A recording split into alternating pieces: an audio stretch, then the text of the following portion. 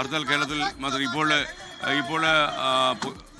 കണ്ണൂർ നിന്നുള്ള ദൃശ്യങ്ങളാണ് പ്രേക്ഷകർ ഇപ്പോൾ കാണുന്നത്. പ്രവർത്തകരെ പോലീസ് അറസ്റ്റ് ചെയ്ത് മാറ്റുന്ന ദൃശ്യമാണ് പ്രേക്ഷകർ ഇപ്പോൾ കാണുന്നത്. ചെറിയൊരു സംഘർഷം നിലനിൽക്കുന്നുണ്ട്. ഹർത്താൽ അനുകൂലികളെ പോലീസ് നിർബന്ധമായി മാറ്റുന്ന ദൃശ്യങ്ങളാണ് ഇപ്പോൾ കാണുന്നത്. കാര്യം ഗതാഗതം പൂർണ്ണമായി തടസ്സപ്പെടുത്താനുള്ള ഹർത്താൽ അനുകൂലികളുടെ ശ്രമമാണ് പോലീസ് പരാജയപ്പെടുത്താൻ ശ്രമിക്കുന്നത്. ഓരോ പ്രവർത്തകനെയും ഇപ്പോൾ പോലീസ് ജീപ്പിലേക്ക് മാറ്റുന്ന ദൃശ്യമാണ്. ഹർത്താൽ അനുകൂലികളെ പോലീസ് ബലം പ്രയോഗിച്ച് നീക്കം ചെയ്യുന്ന ദൃശ്യം കണ്ണൂരിലെ പഴയങ്ങാടിയിൽ നിന്നുള്ള ദൃശ്യമാണ് പ്രേക്ഷകർ ഇപ്പോൾ കാണുന്നത്. കാൾടെക്സിൽ നിന്നുള്ള ദൃശ്യങ്ങളാണ്. കാൾടെക്സിലാണ് ഈ രംഗം അരങ്ങേറുന്നതാണ് വിവരം. ഗൂഗിൾ കെ വേണുഗോപാൽ കാൾടെക്സിൻ്റെ അവിടെ എവിടെയോ നിൽപ്പുണ്ടായിരുന്നു. ഗൂഗിൾ സ്ഥലം വിട്ടോ? ഇല്ലെങ്കിൽ പറയൂ. അല്പസമയത്തിനകം ഗൂഗിൾ കെ വേണുഗോപാൽ കൂടി നമുക്കൊപ്പം ചേരും.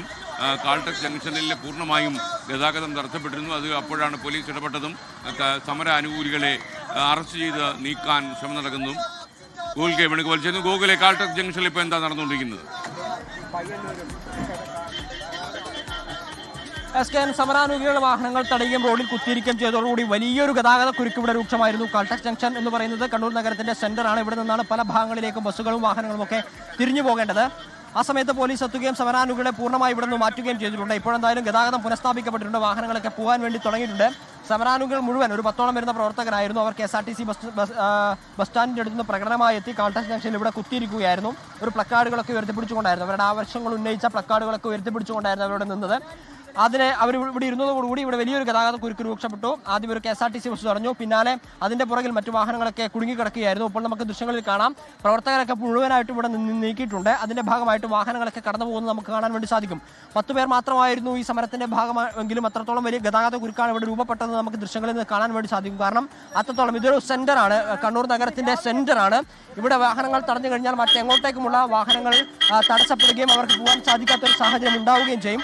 ഇപ്പോഴെന്തായാലും പ്രവർത്തകരെ പൂർണ്ണമായും നീക്കി പോലീസ് സ്റ്റേഷനിലേക്ക് കൊണ്ടുപോകുന്ന കണ്ണൂർ ടൗൺ പോലീസ് സ്റ്റേഷനിലേക്കാണ് അവരെ കൊണ്ടുപോകുന്നത്. ആ ദൃശ്യങ്ങൾ നമുക്ക് കാണാൻ വേണ്ടി സാധിക്കും. ഇപ്പോഴെന്തായാലും പ്രവർത്തകരെ ഇവിടെ നിന്ന് പൂർണ്ണമായും നീക്കിയിട്ടുണ്ട്. വാഹനങ്ങളൊക്കെ കടന്നു പോകുന്ന ഒരു സാഹചര്യമുണ്ട്. മറ്റെവിടെയെങ്കിലും പഴയങ്ങാടിലുമൊക്കെ സമാനമായ ഒരു സാഹചര്യം ഉണ്ടായിരുന്നു. പയ്യന്നൂരിൽ സമരാനുകൂലികൾ സമരം നടത്തുന്ന ഒരു സാഹചര്യമൊക്കെ ഉണ്ടായിരുന്നു. ഇപ്പോഴെന്തായാലും ഇവിടെ നിന്ന് ഇവിടെ കൂടിയിട്ടുള്ള പ്രവർത്തകരെ നീക്കുകയും ഗതാഗതം പുനഃസ്ഥാപിക്കുകയും ഒക്കെ ചെയ്തിട്ടുണ്ട്. നോക്കൂ, നമുക്ക് ദൃശ്യങ്ങളിൽ കാണാം.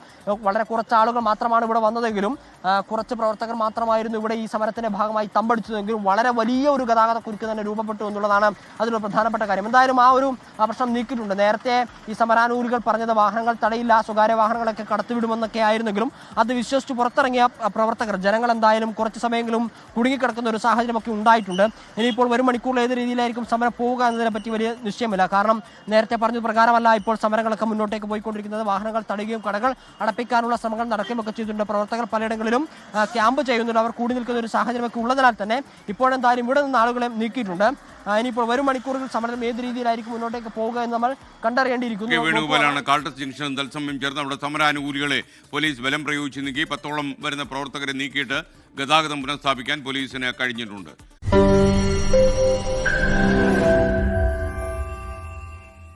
ലോകത്തെവിടെയായാലും ഏത് സമയത്തും 24 വാർത്തകളും ഓഗ്മെന്റഡ് റിയാലിറ്റി പാക്കേജുകളും എക്സ്പ്ലെയിനറുകളും വിശദമായി കാണാൻ ഞങ്ങളുടെ YouTube ചാനൽ നിങ്ങൾക്ക് സബ്സ്ക്രൈബ് ചെയ്യാം.